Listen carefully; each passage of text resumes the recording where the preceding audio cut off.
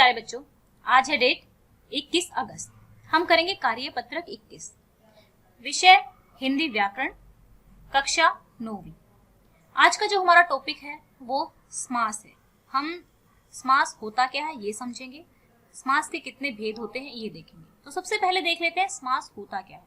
तो देखो, जब मनुष्य अपनी बातचीत की सुविधा और प्रभाव दिखाने के लिए वर्णों या शब्दों को जोड़कर नए नए शब्द बना लेता है, तो जोड़कर बनाना या योग करने के कारण ही ऐसे शब्दों को यौगिक शब्द कहा जाता है। क्यों कहा जाता है यौगिक शब्द? क्योंकि या तो उनको जोड़कर बनाया गया है और योग करके बनाया गया है। ऐसे शब्दों में उपसर्ग, प्रत्यय, संधि, समास से ही ऐसे यौगिक बनते हैं। ठीक है, 2 या 3 शब्दों या पदों को जोड़ने से वह छोटे या संक्षिप्त हो जाते हैं, मतलब छोटे हो जाते हैं। जैसे रसोई के लिए घर, रसोई घर हो गया। ये अभी देखिए कितने शब्द 1 2 3 4 हैं, लेकिन हमने रसोई घर को संक्षिप्त कर दिया, छोटा कर दिया। ठीक है, तो इसको आप संक्षिप्तीकरण भी कह सकते हैं। संक्षिप्त करने के लिए पदों के बीच का जो विभक्ति या फिर उपसर्ग चिन्ह होता है वो हटा दिया जाता है।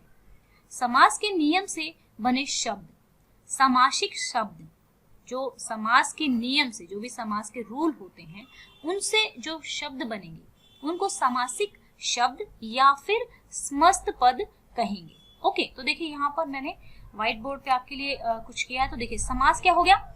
2 या 2 से अधिक शब्दों से मिलकर बने हुए नए लेकिन सार्थक शब्द जिनका कुछ मीनिंग होगा। आप तो ऐसे किसी भी शब्द को जोड़ दोगे।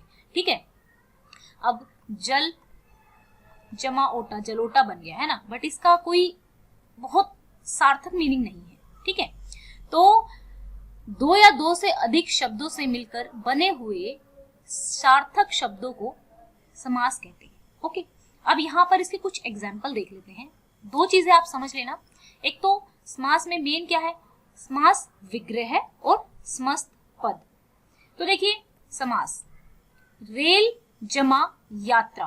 ठीक है, रेल द्वारा यात्रा। वैसे ये यहाँ पे 1 2 3 शब्द है। ठीक है, रेल जमा यात्रा, रेल यात्रा, हमारा ये क्या बन गया? समस्त पद बन गया।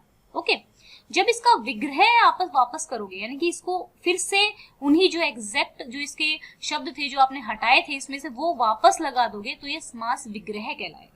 जब ये छोटा हो जाएगा तो समस्त पद कहलाएगा, यानी कि जब ये समास बन जाएगा। पुस्तक जमा आलय, पुस्तक के लिए आलय, पुस्तकालय। ओके, फिर सिर दर्द, सिर में दर्द, सिर दर्द। ठीक है, यानी कि इसको समस्त पद कहेंगे। अब जब आप इसको वापस तोड़ोगे तो ये समास विग्रह हो जाएगा। विग्रह का मतलब एक तरह से तोड़ना ही होता है। नीला जमा अंबर, नीला है जो अंबर। ठीक है, नीलांबर। ओके, अब यहाँ पर हम भेद देखेंगे कि जो समास है उसके कितने भेद होते हैं। समास के 6 भेद होते हैं। ठीक है, अविभाव समास, तत्पुरुष समास, कर्मधारय समास, द्वंद्व समास, विहुव्रीहि समास और द्विगु समास। अब इनकी सबकी हम एक एक की डेफिनेशन देखेंगे और हम इनको कैसे पहचानेंगे ये भी हम देखेंगे।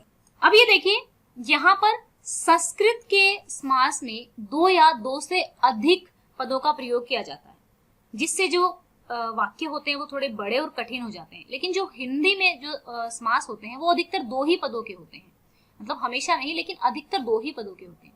पहले पद को प्रथम पद या पूर्व पद कहा जाता है, दूसरे पद को उत्तर पद कहा जाता है। पदों में समास के साथ कभी कभी उनके वर्णों में संधि भी होती है। कभी कभी समस्त पद के विभिन्न पदों को उसके विभक्ति के साथ अलग करना समास विग्रह कहलाता है। इतनी जबरदस्त आपकी वर्कशीट है कि अगर आपको ये वर्कशीट आपने अच्छे से पढ़ ली ना तो आपको कुछ भी करने की जरूरत नहीं है। एक एक रूल आपका इस वर्कशीट में लिखा हुआ है। जैसे तुलसी कृत का विग्रह तुलसी द्वारा कृत, तो पहला पद कौन सा हो गया हमारा? पूर्व पद, और पहला पद हमारा हो गया तुलसी। विभक्ति या फिर परसर्ग कारक चिन्ह ने क्या लगाया हुआ है? द्वारा। ठीक है, और कृत हो गया अंतिम पद या फिर उत्तर पद या फिर दूसरा पद हो गया। ठीक है, अब हम चलेंगे अपने समास के जो भेद हैं। हम सबसे पहले अव्ययभाव समास को देखेंगे। इस समास में जो पहला पद होता है, ठीक है, प्रधान पद होता है, पहला या फिर पूरा पद अव्यय होता है। इसमें पहला पद उपसर्ग होता है, जैसे अ, आ, जैसे आ जन्म, ठीक है, प्रति, हर, भर, नी, निर, यथा, यथावत आदि। एक ही शब्द का दो बार प्रयोग भी करने पर अविभाव होता है। जैसे मैं कुछ और एग्जाम्पल आपको दूं, आमरण, ठीक है, आ लगा हुआ है, आ समुद्र, समुद्र तक, यथा संभव, आ जन्म, जन्म से लेकर, आज्ञानुसार, आज्ञा के अनुसार, यथा विधि। तो ये हो गए हमारे अविभाव समास, ठीक है, यथा कर्म, कर्म के अनुसार। तो इसमें इन्होंने क्या कहा, इसमें प्रधान कौन सा होता है, पहला पद जो होगा प्रधान होगा, जन्म। अब देखिए तत्पुरुष क्या होता है, इस समास में दूसरा पद जो है वो प्रधान होगा, अर्थात विभक्ति कारक चिन्ह का लिंग वचन दूसरे पद के अनुसार ही लगेगा। जो विभक्ति या कारक चिन्ह लगेगा, जो लिंग वचन होगा, दूसरे पद के अनुसार इसमें लगेगा। इसमें कर्ता और संबोधन कर्ता को छोड़कर, इसमें कर्ता और संबोधन कर्ता को छोड़कर शेष 6 कारक चिन्हों का प्रयोग होता है, जैसे कर्म, करण, संप्रदान, आपादान, संबंध, अधिकरण, कारक। इसके आधार पर इनके उपभेद होते हैं, जैसे कर्म, तत्पुरुष समास आदि। तो इसके उदाहरण देख लेते हैं। विद्या के लिए आल्य, तो दूसरा प्रधान है यहाँ पर, ठीक है, आल्य। राजा, राजपुत्र, राजा का पुत्र। मुंह तोड़, मुंह को तोड़ने वाला, ओके। अब हम करेंगे कर्मधारय समास। इसमें समस्त पद समान रूप से प्रधान होता है, पूरा का पूरा जो पद होता है वो पूरा प्रधान होता है। इसके लिए लिंग वचन भी समान होते हैं। इस समास में जो पहला पद होता है वो तो विशेषण होता है, और दूसरा पद जो होता है विशेष्य होता है, यानी जिसकी विशेषता बताई जाती है। अर्थात पहला पद दूसरे पद की विशेषता बताता है। जैसे यहाँ पे लिखा नील कमल, कमल कैसा हो, नीला। तो जो कमल है वो हमारा क्या हो गया, विशेष्य, और कमल की विशेषता कौन बता रहा है, ये नीला विशेषण, ठीक है। कहीं कहीं उपमेय उपमान का संबंध होता है और विग्रह करने पर रूपी शब्द का प्रयोग भी हो जाता है, जैसे चरण कमल, चरण रूपी कमल। इस समास से व्यक्ति, वस्तु आदि की विशेषता का बोध भी होता है, ठीक है। ये आपके नीचे उदाहरण दिए हुए हैं। चंद्र मुख, चंद्र के समान मुख वाला, ठीक है। अब यहाँ पे द्विगु समास पर चलते हैं। द्विगु समास में पहला पद संख्यावाची होता है, पहला पद जो होगा वो संख्यावाचक होगा, और कभी कभी दूसरा पद भी संख्यावाचक हो सकता है। विग्रह करने पर समूह या समहार का बोध होता है, किसी नए अर्थ का नहीं, जैसे कि बहुब्रीहि समास में देखा जाता है, यानी कि कोई नया अर्थ नहीं निकलता। जैसे चौराहा, 4 राहों का समूह, ठीक है, मतलब अलग से इनका कोई मीनिंग नहीं है। नवग्रह, 9 ग्रहों का समूह। 2 पहर, 2 पहरों का समाहार, ठीक है। तो ये आपका हमारा हो गया द्विगु समास। अब हम चलते हैं द्वंद्व समास में। इसमें दोनों ही पद प्रधान होते हैं, दोनों पद अधिकतर एक दूसरे के विलोम होते हैं, जैसे माता पिता, खरा खोटा, अन्न जल, ठीक है, राम सीता, इस तरीके से। इसका विग्रह करने पर बीच में और या फिर या का बोध होता है, या और तथा योजक शब्द भी कहे जाते हैं, जैसे ठंडा और गर्म, योजक शब्द ये लग जाएगा ऐसे, ठीक है। जैसे सीताराम, सीता और राम, खरा खोटा, खरा या खोटा, अन्न जल, अन्न और जल। अब हम लास्ट पर चलते हैं, बहुब्रीहि समास। बहुब्रीहि समास जो होता है, इस समास में कोई भी पद प्रधान नहीं होता, दोनों पद मिलकर जिस तीसरे पद या अन्य पद को बनाते हैं उसकी प्रधानता होती है, अलग अलग कोई मीनिंग नहीं होता।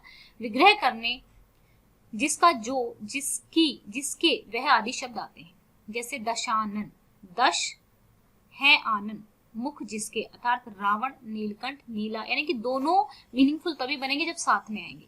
अब हम देखेंगे निम्नलिखित समस्त पदों का समास विग्रह करके समास का नाम लिखिए। तो आई होप आप कर पाएंगे इसको, लेकिन साथ के साथ कर लेते हैं। यहाँ पे आपको क्या करना है, माता पिता, ठीक है। माता पिता में आपका माता पिता, पहले विग्रह करेंगे माता और पिता। समास कौन सा है, द्वंद्व समास है, ठीक है।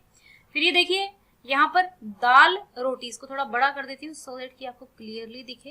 ओके, फिर ये है हमारा दाल रोटी, दाल और रोटी द्वंद्व समास है। फिर से राजपुत्र, राजा का पुत्र, ठीक है।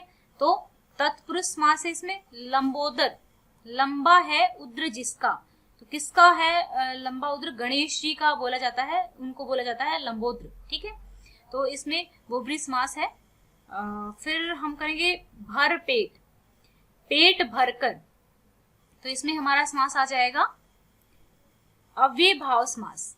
फिर आशुतोष, आशु शीघ्र प्रसन्न होता है, तो बहुव्रीहि आ जाएगा।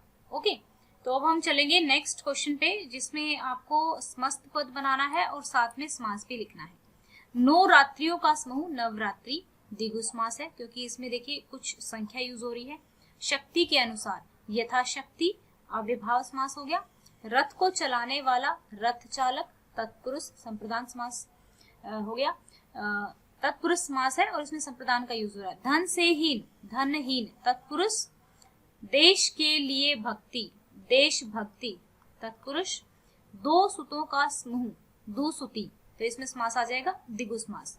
तो ये हो गए हमारे आज की वर्कशीट। आई होप आपको जो समास वाला टॉपिक है अच्छे से समझ में आ गया होगा। ये बहुत ही अच्छे तरीके से इस वर्कशीट में आपको रूल्स दिए हुए हैं।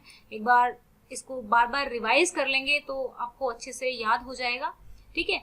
अगर आपको ये वीडियो अच्छी लगी हो तो लाइक कीजिएगा इसको। अगर आपने चैनल को सब्सक्राइब नहीं किया है तो चैनल को सब्सक्राइब कीजिएगा। Thank you, have a nice day, may God bless you.